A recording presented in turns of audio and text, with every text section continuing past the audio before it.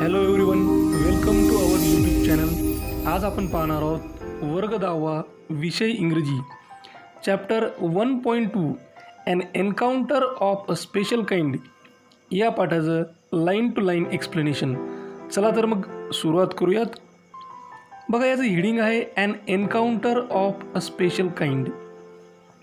बघा, एन्काउंटर हा शब्द आपण बऱ्याच वेळा क्रिमिनल रेकॉर्डमध्ये ऐकत असतो की उदाहरणार्थ पोलिसांनी त्या गुंडांचं एन्काउंटर केलं.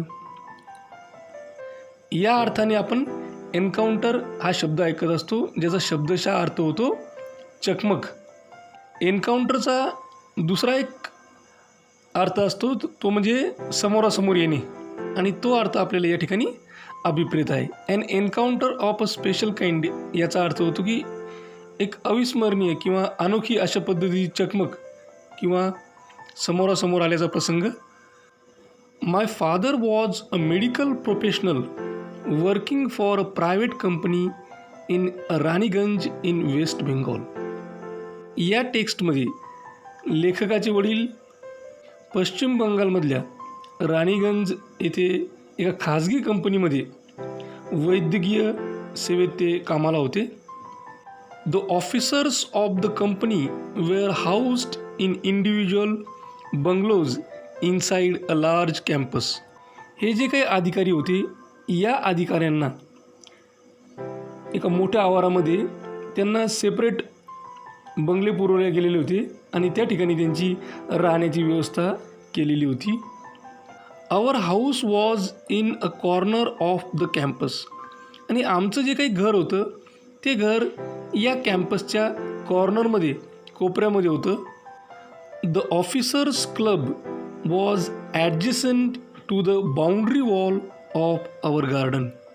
त्या ठिकाणी असलेला ऑफिसरचा जो काही क्लब आहे, तो क्लब आमच्या बागेचं जे काही कुंपण होतं त्या कुंपणाच्या भिंतीला लागूनच होता. The compound was luxurious with green grass, colorful flowers and a host of tall and majestic trees.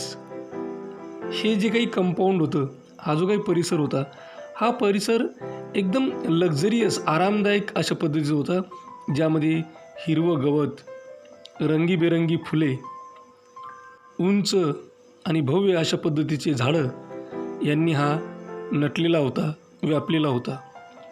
The seasonal vegetables in the kitchen gardens of the households and the magnificent trees constantly attracted squirrels and many species of birds.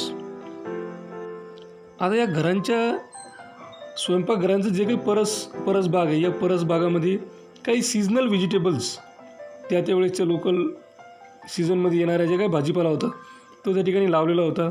आणि आजूबाजूला असलेले जे काही उंच उंच झाडं होती, मोठे मोठे झाडं होती, या झाडांमुळे बरेचसे पक्षी आणि खारी, स्क्विरल्स या ठिकाणी आकर्षित होत होत्या, त्या ठिकाणी त्या यायच्या. A group of langurs had even made their den in an ashwattha tree nearby. आणि जवळच एक अश्वथाचं झाड होतं, ज्याला आपण पिंपळाचं झाड म्हणतो. त्या झाडावर वानराची जी एक टोळी होती, त्यांनी त्या ठिकाणी डेरे दाखल झाले होते. त्यांनी आपला डेरा त्या ठिकाणी टाकला होता. They had all become a part and parcel of our existence and daily life. ते जणू काही आमच्या दैनंदिन जीवनाचा एक भागच बनलेले होते, ज्यांना आपण एक अविभाज्य घटक म्हणून अशा पद्धतीचं अविभाज्य घटक ही टोळी बनलेली होती.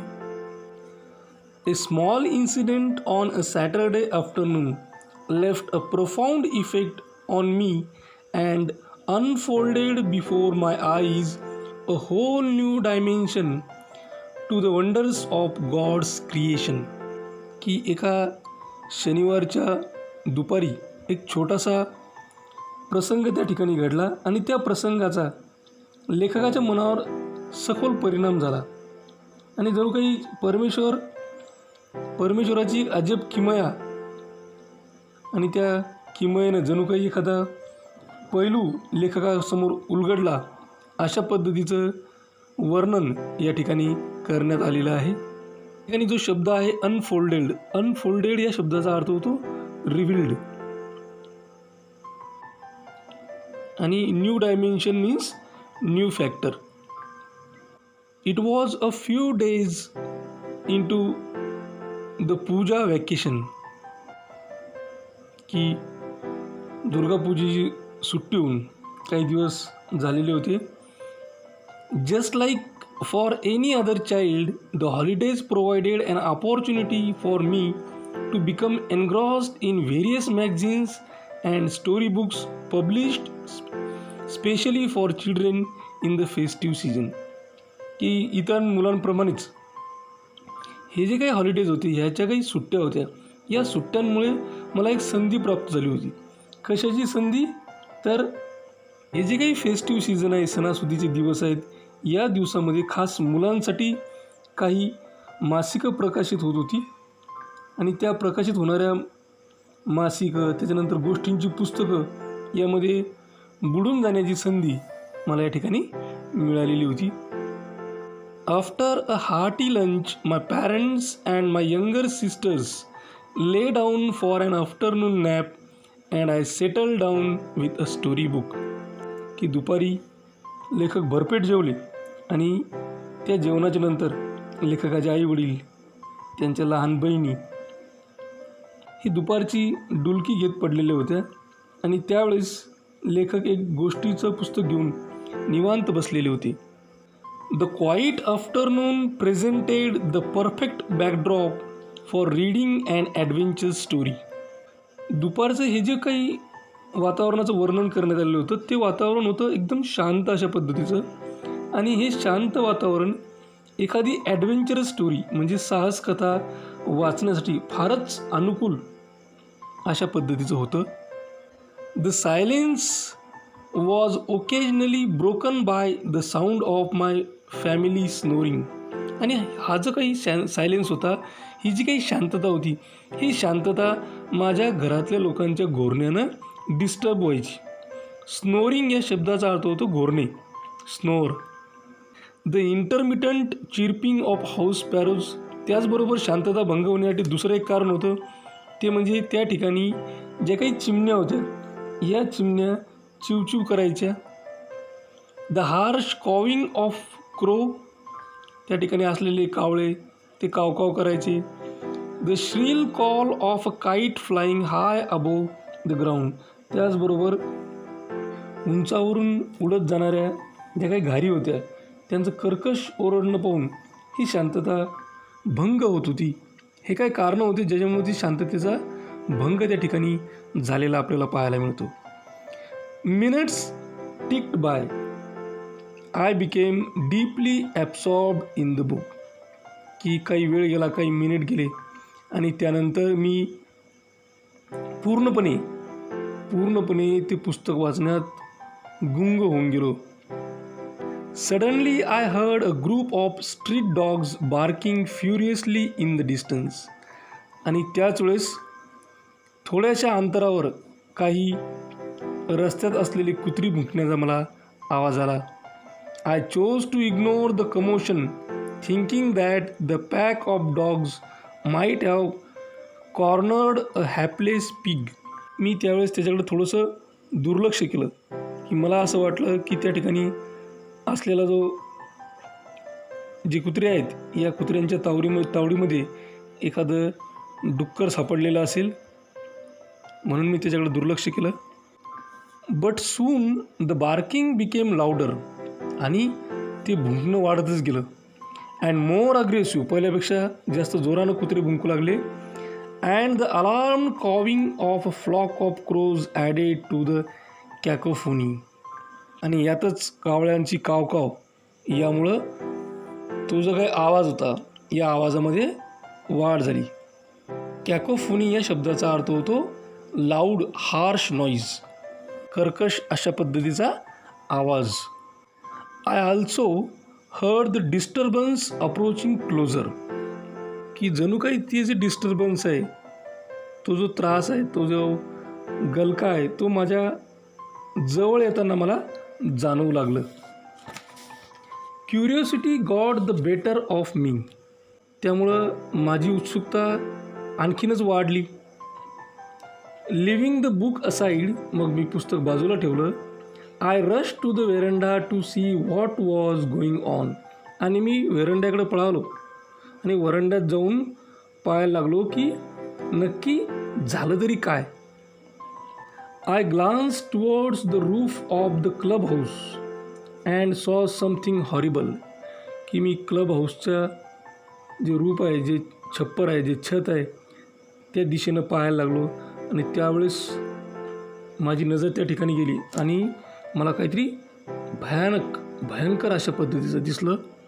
अ big male langur, apparently the leader of its group, was holding a baby langur in his hands and mercilessly biting it all over with a definite intent to kill. की या वानराच्या टोळीचा जो काही लीडर आहे, एका छोट्याशा वानराला आपल्या हातामध्ये पकडलेलं होतं आणि तो अत्यंत निर्दयीपणे त्याला चावे घेत होता आणि जणू काही त्याच्या मनामध्ये त्याला मारण्याचं इंटेन्शन असावं, हेतू असावं, अशा पद्धतीचं ते सर्व काही चाललेलं होतं. The helpless mother of baby and other lesser members of the Langur group were scattered on the roofs of the buildings nearby, watching the baby being killed. की त्या असहाय अशा छोट्या वानराची आई आणि त्याचबरोबर काही त्या लंगुराच्या टोळीचे सदस्य हे त्या छपरावर इकडे तिकडे बसलेले होते आणि असहायपणे त्या पिल्लाचा जीव जाताना पाहत होते. I recall the terrible custom in the animal clan according to which a dominant male usually does not allow another male baby or adult to survive within its group. नंतर मला आठवलं की ह्या प्राण्यांमध्ये ज्याचं वर्चस्व आहे, जो डॉमिनंट आहे, असा वानर सहसा दुसरे जे काही वानर आहेत त्यांच्या पिल्लाला किंवा अडल्ट लंगूर आहे किंवा प्रौढ अशा पद्धतीचा लंगूर आहे त्यांच्या टोळीत तो जगू देत नाही. Without losing any time I gathered a stout stick in one hand and hurled a piece of stone at the marauding langur. मग मी थोडासाही वेळ न लावता हातात एक मोठीच्या मोठी काठी घेतली आणि तो जो काही लंगूर आहे त्या लंगूरच्या दिशेने मी दगड भिरकावला. The langur was so infuriated that it hardly took any notice of my assault. की तो इतका आक्रमक झालेला होता तो वानर आणि इतका तो हिंस्र झालेला होता की मी जो काही दगड मारला त्यानं त्याचं लक्ष थोडंसंही विचलित झालं नाही. But then I started throwing more stones. मग मी जास्त दगड फेकायला लागलो. The dogs on their part raise their pitch of cry. आणि त्या ठिकाणी असलेले कुत्रेसुद्धा जोरजोरात भुंकू लागले.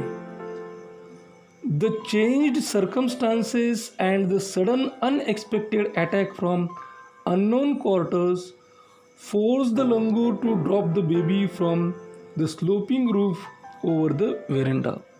मग तो जो काही लंगूर होता त्यानं ही परिस्थिती पाहिली, जी अचानक बदललेली परिस्थिती होती आणि एकदम अनपेक्षित अशा पद्धतीचे जे अटॅक त्याच्यावर होत होते त्याच्यामुळं त्यानं त्या वानराला वरंड्याचं जे स्लोपिंग उतरतं असं छप्पर आहे त्या छपरावर त्या पिलाला त्यानं टाकलं आणि तो पळून जाऊ लागला.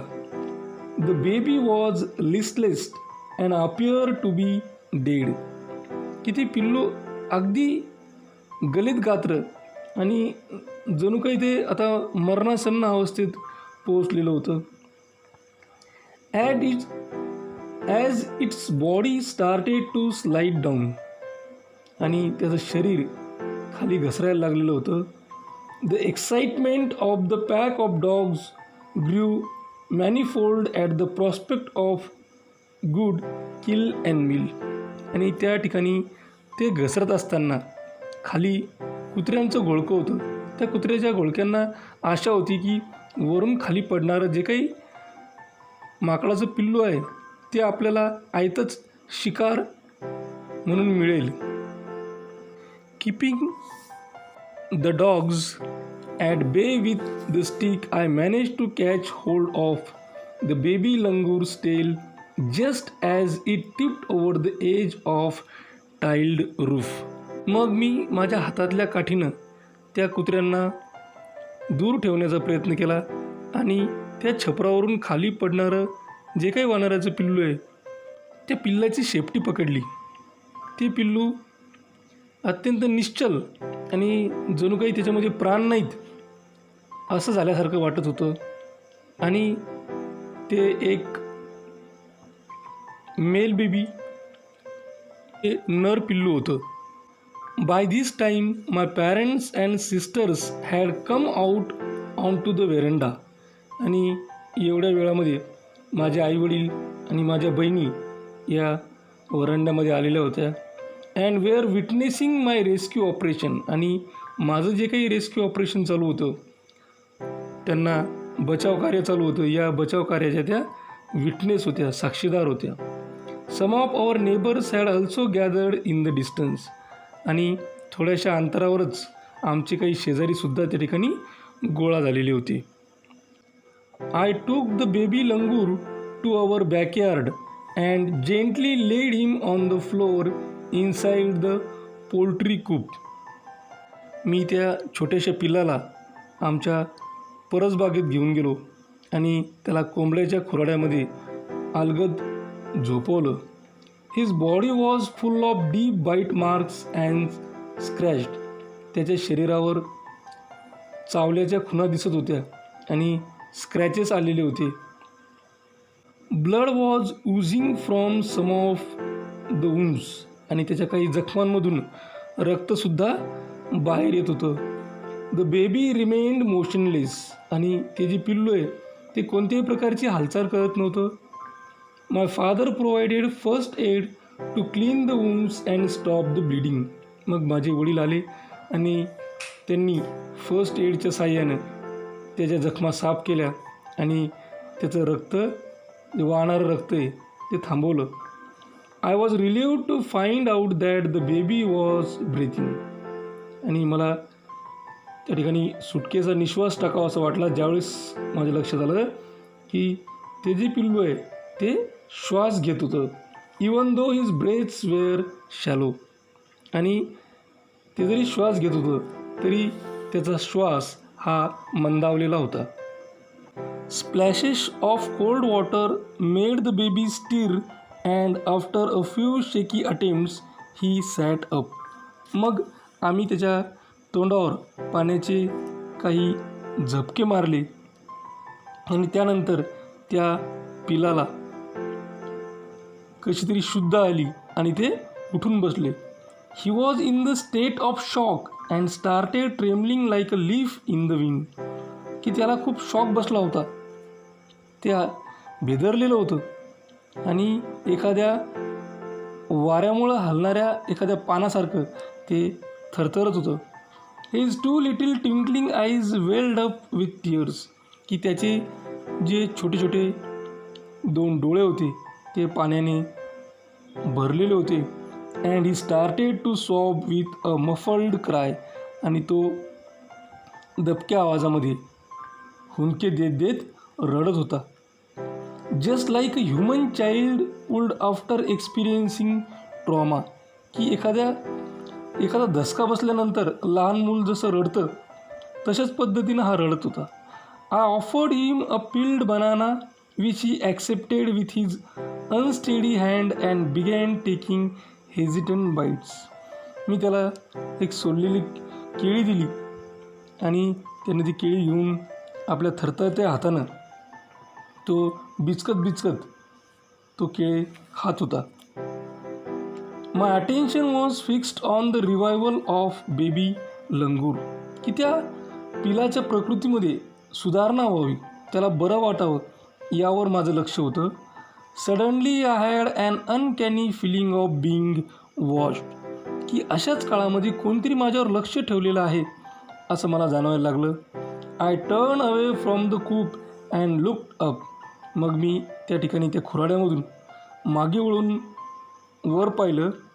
There sat mother langur on our kitchen roof. त्या ठिकाणी आमच्या किचनच्या छतावर त्या पिलाची आई ही बसलेली होती.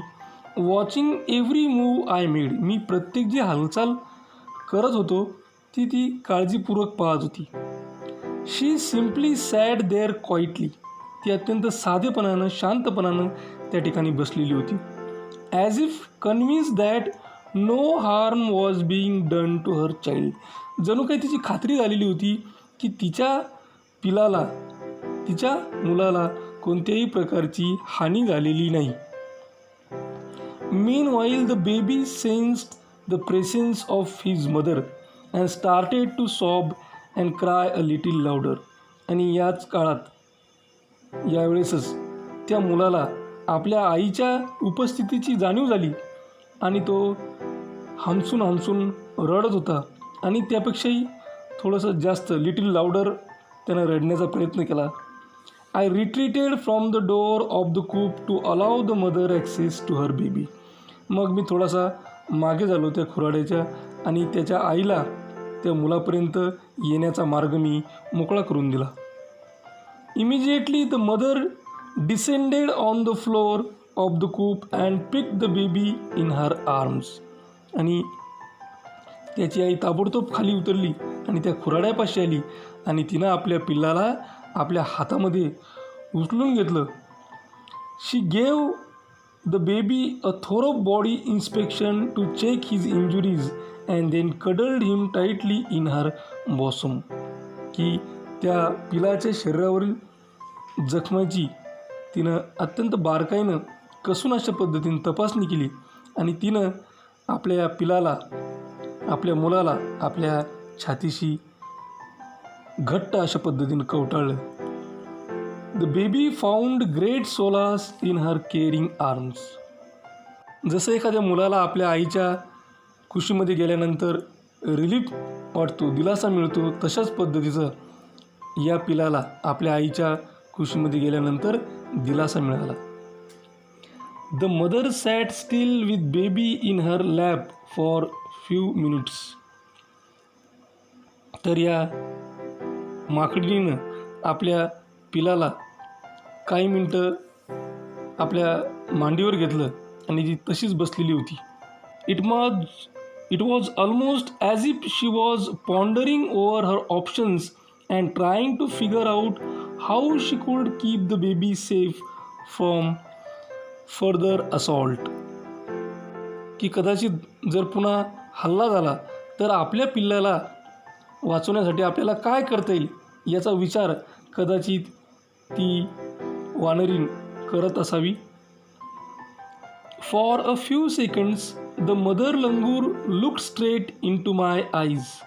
आणि ती पिलाची आई बऱ्याच वेळापर्यंत माझ्या डोळ्यामध्ये डोळे घालून तिने पाहिलं. Even today I can not forget that look in her eyes. आणि आजही मी तिच्या डोळ्यामधील तो जो काही लुक आहे, तो कटाक्ष आहे, तो विसरू शकत नाही. Showering silent gratitude on me. की माझ्याप्रती असलेली जी कृतज्ञता आहे फॉर सेविंग हर चाइल्ड. का तर मी तिच्या मुलाला वाचवलेलं होतं. I was overwhelmed by the emotion, the sentiment and the way she said thanks to me. की तिच्या डोळ्यामधले ते भाव आणि माझे आभार मानण्याची तिची पद्धत पाहून मला भरून आलं. There sat a universal mother holding a stricken child in her lap. की आपल्या दुःखी कष्टी बाळाला आपल्या कवेमध्ये घेऊन दिलासा देणारी जणू काही संपूर्ण विश्वाची माता, संपूर्ण विश्वाची आईच त्या ठिकाणी बसलेली होती असं मला जाणवलं. Then in a flash she jumped with her baby clinging to her belly and reached our kitchen roof. त्यानंतर क्षणार्धात तिला आपल्या पिल्लाला आपल्या पोटाशी घेतलं आणि स्वयंपाकघराच्या छतावर तिनं उडी मारली. She surveyed the area for the vicious male langur and then leapt away in the direction opposite to the place of the violent encounter. की त्या निर्दय नर वानराचा कानोसा घेत तिनं आजूबाजूचा परिसर निरखून पाहिला आणि ज्या बाजूनं तो हल्ला झालेला होता त्याच्या विरुद्ध बाजूनं तिनं झेप घेतली. The brief meeting with mother and the baby langur convinced me that interspecies communication and mutual trust is indeed a reality and should anyone strike the right chord the relationship hums into action. की तिची काय आई आणि तिच्या पिल्लाला त्यांच्यासोबत झालेल्या भेटीनं मला अशी खात्री झाली होती की प्राणीमात्राचा एकमेकातील संवाद आणि परस्पर दृढ विश्वास ही खरोखर सत्य गोष्ट आहे आणि एकमेकांच्या मनाच्या तारा जर योग्य रीतीने छेडल्या गेल्या तर ते नाते अधिक सुरेल अशा पद्धतीचं बनते. The mother langur showed me that food was not the only means of communication between man and animal. की त्या आईनं मला असं दाखवून दिलं की फक्त अन्नच हे माणूस आणि प्राणी यांच्यामधील कम्युनिकेशनचं, संभाषणाचं, संपर्काचं साधन नाही आहे, but that were other means of establishing a bond through trust, compassion and mutual understanding. याही व्यतिरिक्त विश्वास, श्रद्धा, त्यानंतर अनुकंपा आणि सामंजस्य यासुद्धा गोष्टी यामध्ये अंतर्भूत करता येतात. याशिवाय सुद्धा इतर मार्ग या ठिकाणी आहेत. 55 years have passed since that day. की त्या दिवसानंतर आज 55 वर्ष झाली. I am now 70 years old. की आज मी 70 वर्षाचा आहे. But I still fondly remember that encounter of special kind. की मी 70 वर्षाचा असूनसुद्धा आजही मला एका अविस्मरणीय अशा पद्धतीचा encounter of a special kind मला आजही आठवतो. त्या स्मृती मी आजही जतन करून ठेवलेल्या आहेत. तपन मुखर्जी यांनी लिहिलेलं ही टेक्स्ट, ही स्टोरी आहे. आशा आहे की तुम्हाला याचं लाईन टू लाईन एक्सप्लेनेशन समजलेलं असेल. अशाच पद्धतीचे नवीन नवीन व्हिडिओ पाहण्यासाठी या चॅनलला सबस्क्राईब करा. आमच्या चॅनलचे सर्वच व्हिडिओज ताबडतोब तुमच्यापर्यंत पोहोचण्यासाठी बेल आयकॉन बटनला क्लिक करा. हा व्हिडिओ तुम्हाला आवडला असेल तर लाईक करा. तुमच्या मित्रमैत्रिणींमध्ये, गरजू विद्यार्थ्यांमध्ये जास्तीत जास्त प्रमाणात शेअर करा. काही अडचण असेल, काही सजेशन असेल, काही इन्फॉर्मेशन असेल किंवा रिप्लाय द्यायचा असेल तर कमेंट बॉक्समध्ये कमेंट करा. हा व्हिडिओ अत्यंत काळजीपूर्वक आणि सर्वात महत्त्वाची गोष्ट टिल द एंड शेवटपर्यंत पाहिल्याबद्दल तुम्हा सर्वांचे मनापासून आभार. थँक्यू. Thanks a lot.